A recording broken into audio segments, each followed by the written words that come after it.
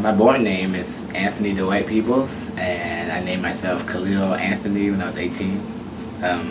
Today, I'm going to read from my first novel that was published in 2013. It's called Frederick Leon. I'm going to read the little tagline that starts the book. I used to want to change the world, but now I just want to leave the room with a little bit of dignity. Lotus Weinstock. Alright, so my book is in drinks and not chapters. So drink number 1. Interior, midday, Greyhound bus departs Los Angeles filled to capacity with stories, one-way tickets, and sullenness. Some of the stories leaving Los Angeles are myths and fables. Others, unedited and raw autobiographical accounts. Only the respective authors, accompanied by the tales, know which are which. One story, along with its author, looks out onto U.S. Interstate 5 and counts the dreams in disrepair. Destination, San Francisco. It's too hot to be this late. He, Frederick, the author, looks up at the moon, hoping for cool rays. Isn't that what the moon is, the antithesis of the sun? An 11:15 p.m. departure and about as many drops of alcohol and tears. 1,115.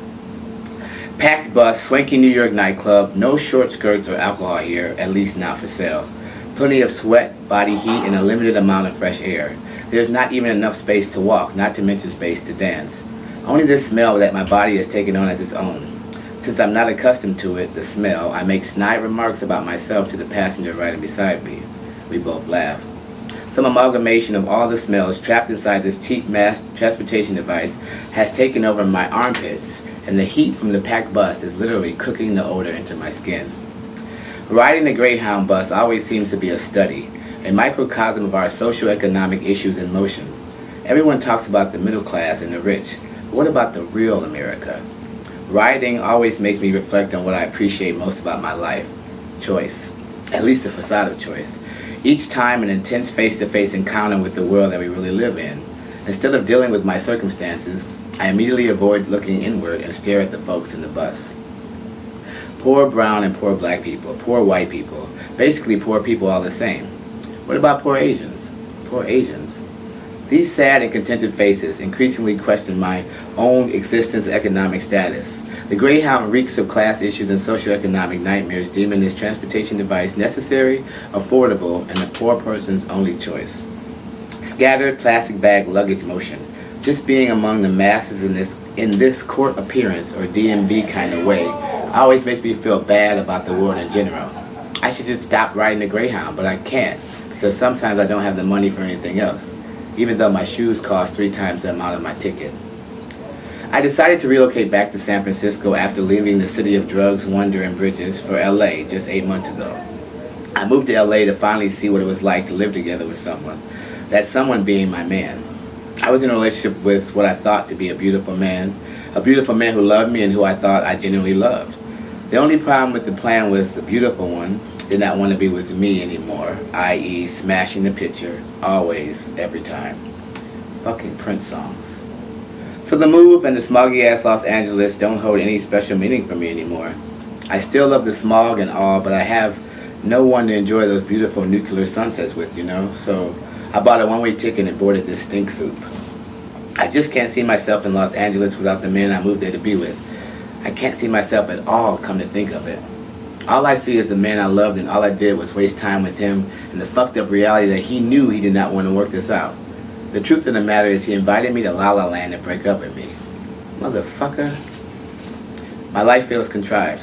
Some sort of lie that I agree upon and live out as if he is the puppeteer and I am the marionette puppet. Sometimes I can still feel the strings being pulled and my lifeless, limbless existence moving on down the road. The Wiz is a bad motherfucker if you believe in all that lights, camera, and action mess. As if the character in this motion picture that gets dumped and left alone in the big city, selling himself in order to eat each day, turns out to be me. I mean, sans prostitution and starvation, but I used to love him. However fucked up that love was, I believed in it. I took care of it like a lioness takes care of her cubs or a drug addict takes care of his habit to the teeth and at all costs. I caressed and matured it, made my daily bread from it, sat at the head of the table and prayed for it, and for it to end as soon as my feet stepped off the plane and onto Los Angeles soil was beyond my imagination and my control. Motherfucker. I thought I was in control of this relationship. I thought I was in control. It made sense to me. Before the relationship, there was actual control, at least over my own feelings and myself.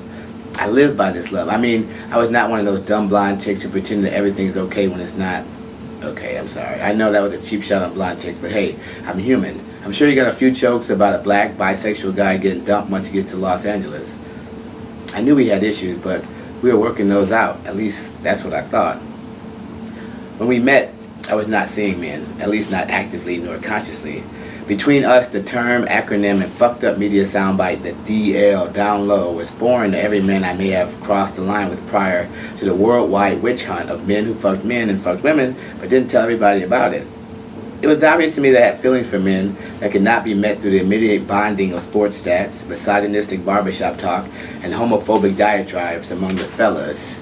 You know, after a lot of drinks late at night when we're drunk and your hand has been on my left thigh for 10 minutes while you talk shit.